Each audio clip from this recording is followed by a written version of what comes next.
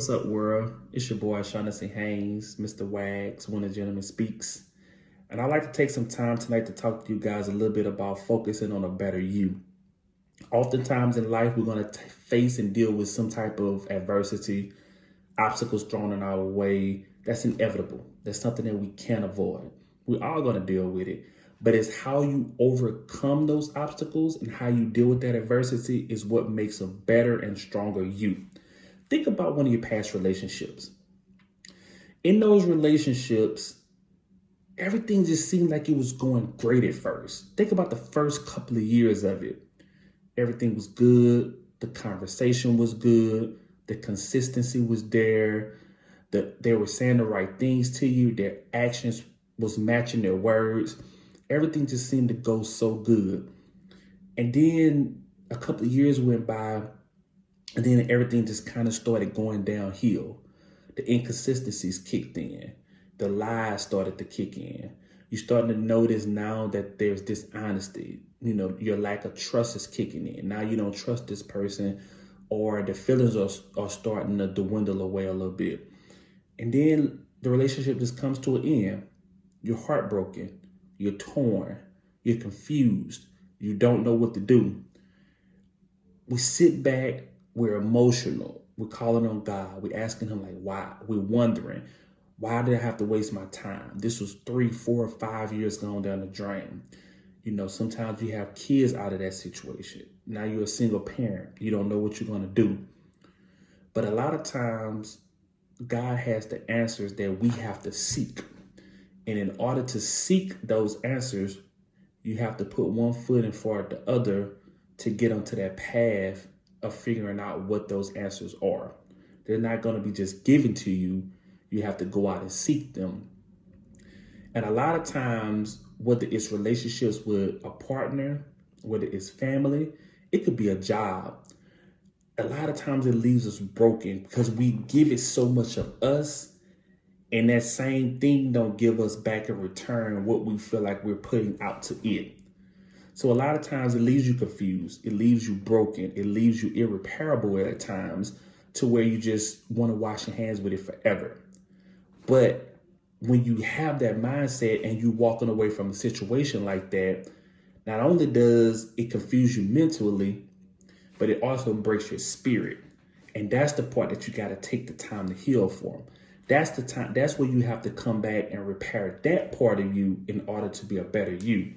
Because in this life, God has what he has for us. He knows what we deserve, and he knows what we want.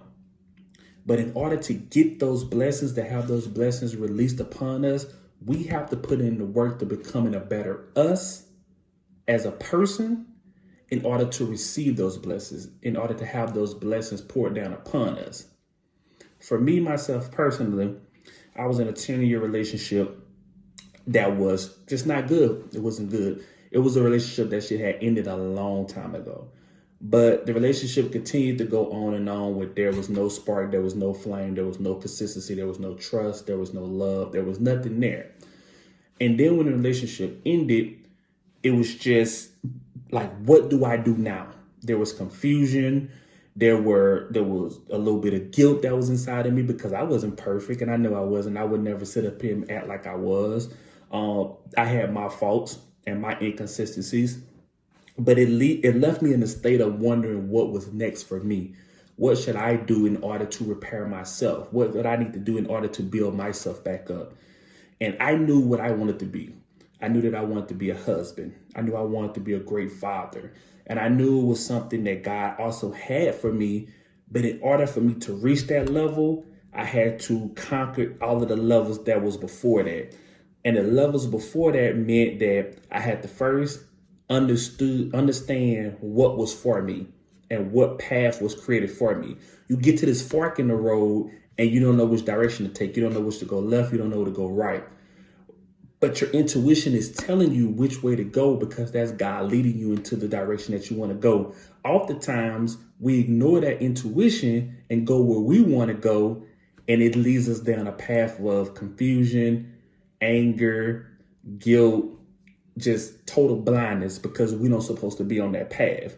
So once you understand the path that you're supposed to be on, that's what helps lead you to the first thought of making it to a better process and a better step in your life, not only mentally, but physically and emotionally as well. Then that next step is recognizing what you've done wrong as a person, whether this was from a past relationship, whether it was your job, or whatever the situation may be. There was something about that situation that you yourself had to improve on. Because like I said in the beginning of the video, you are not perfect. We're not perfect individuals. So that's why we face the adversity that we face, because it helps us become better people. We learn from the mistakes that we've had in the past, but we also experience different experiences in order to know how to handle those experiences when they come about again in the future. So when you learn those things about yourself that are broken, that needs healing, that's when the repair process begins right there. That's when you could say, damn, I really wasn't a faithful person in my relationship. Or I really did tell too many lies. Or I really did sneak around and I was dishonest about a lot of stuff. This is when that epiphany hits you to understand that these are the things in yourself that you have to fix first. These are the things about yourself in order to go to that next level has to be repaired. Because once you fix those things about yourself and once you recognize these are the things that I need to fix about myself, that's when everything else just comes smooth sailing from there. Then you move on to the next phase of saying, okay, now I have to be consistent with this. I can't go into somebody else's life still the broken person that I was before, even in my past relationship or my past friendships or my past job. If I'm going to go to this next job, I have to be better than I was at this previous job. I have to communicate more. I have to be more respectful. I have to show up on time. I have to stay later if they need me to. I have to do a little bit more in order to show them I deserve this position. And I also have to show it to God that I appreciate this position that I was put into. Same thing for your relationship. You just left a bad relationship. That was the relationship to learn from. Everything happened in that relationship was for a lesson. It was teaching you what you needed to change about yourself and what you also needed to stop accepting from other people in order to be happy in your life. So once you learn that, this all happens in this phase. This all happens in this growth and maturation phase. It's teaching you this is what I need for myself in order for me to feel complete and whole, in order to move on to my next relationship, in order for my relationship to be successful. Once you realize those things, once you appreciate those things, and once you accept those things, that's when things in your life will begin to change. So now that you went through these three phases of understanding what I've done wrong, what I need to change, what this lesson was that has taught me, now you at this phase in your life to where you're saying, now I'm ready to step out and get better because I've repaired myself. I was a broken man or a woman, and I understood what my challenges was and what the things that I needed to fix about myself. So now I'm ready to step back out into this world and bring the new me and reintroduce it to the world. But you have to be consistent with that. You can't show glimpses of the new you and then a month later revert back to the old you. It won't work. So now you're going to be back to square one. You're going to face the same challenges that you faced in the previous relationships. You're going to deal with the same madness, the same headaches, the same confusion, the same emotional strain and everything. You have to become consistent in what you grow into. Let me repeat that. You have to become consistent in what you grow into. When you see that you become a better you, you have to stay a better you. You stay right there with that point in your life and you continue to grow from there. You don't regress from there. You continue to progress from there. And that's one thing that we confuse in life, is because we feel like we always have to step back into the realm of the old us sometimes. The old us don't work. God doesn't bring you this far along only for you to continue to take steps backwards.